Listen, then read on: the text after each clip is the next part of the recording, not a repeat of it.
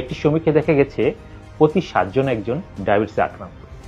এই ডায়াবেটিসটি একটি মহামারীর আকার ধারণ করতে যাচ্ছে, কারণ দেখা যাচ্ছে প্রতি বছর 2.5 লক্ষ লোক নতুন করে ডায়াবেটিসে আক্রান্ত হয়।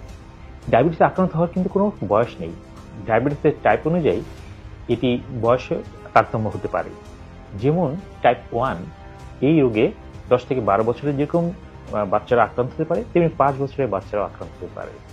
টাইপ 2 এই ধরনের ডায়াবেটিসে যারা মধ্যবয়স্ক যুবক তারা আক্রান্ত হতে পারে।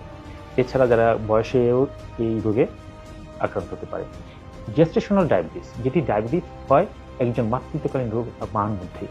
এই রোগটি তখনই ধরা পড়ে যখন একজন গর্ভবতী মা ডাক্তারের কাছে আসেন এবং সেই চিকিৎসা করেন এবং পাশাপাশি কিছু পরীক্ষা নিরীক্ষা করেন।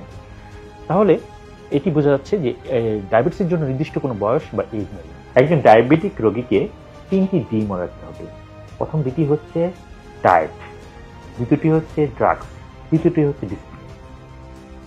এই ডায়েটের মধ্যে গুরুত্বপূর্ণ খাওয়াগুলো যেগুলো ডায়াবেটিস রোগীকে মেনে চলতে হবে, এড়িয়ে চলতে হবে, সেগুলো যেমন তাকে জানতে হবে, তেমনি তাকে বুঝতে হবে যে তার খাওয়ার সময়টাকে অবশ্যই তাকে মেনটেন করতে হবে।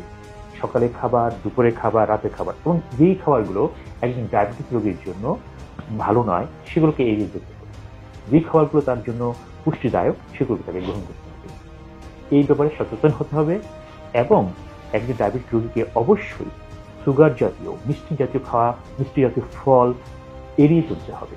তাকে তার নির্দিষ্ট পরিমাণে গ্রহণ করতে হবে। আমরা যারা সুস্থ, সুন্দর, রোগমুক্ত জীবন চাই তাদের জন্য EWHL নিয়ে এসেছে কিছু বিশেষ চিকিৎসা ব্যবস্থা। এর মধ্যে আমরা MSC বা স্টেম সেল থেরাপিটাই সাজেস্ট করছি ডায়াবেটিস 1 এবং ডায়াবেটিস 2 রোগীদের জন্য। এছাড়া আমরা বায়োলজিক্যাল এবং কেমিক্যাল ওষুধের সমন্বয়ে ট্রিটমেন্ট দিয়ে থাকি। পাশাপাশি আমরা কিছু থেরাপি দিয়ে থাকি, যেমন হাইপারবারিক অক্সিজেন থেরাপি এবং ওজোন থেরাপি।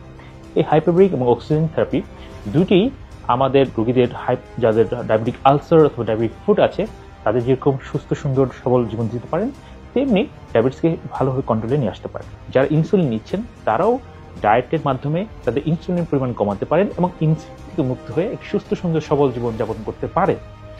অর্থাৎ ডায়েটের এখানে গুরুত্বপূর্ণ যে ভূমিকা আছে। আমরা এই চিকিৎসাগুলোর মাধ্যমে একজন ডায়াবেটিক রোগীকে একটি সুস্থ, সুন্দর জীবন পেতে সাহায্য করতে পারি। তাই আমি বলবো যে আমাদের আর দেরি না করে এই ব্যাপারে সচেতন হওয়া খুবই প্রয়োজন। ডায়াবেটিক রোগীদের ক্ষেত্রে সচেতনতাই একটি মূল উদ্দেশ্য। অর্থাৎ তাদের মধ্যে যতখানি তারা সচেতন হবেন, ডিসিপ্লিন লাইফ লিড করবেন, ততই তারা সুস্থ, সুন্দর জীবন যাপন করবেন।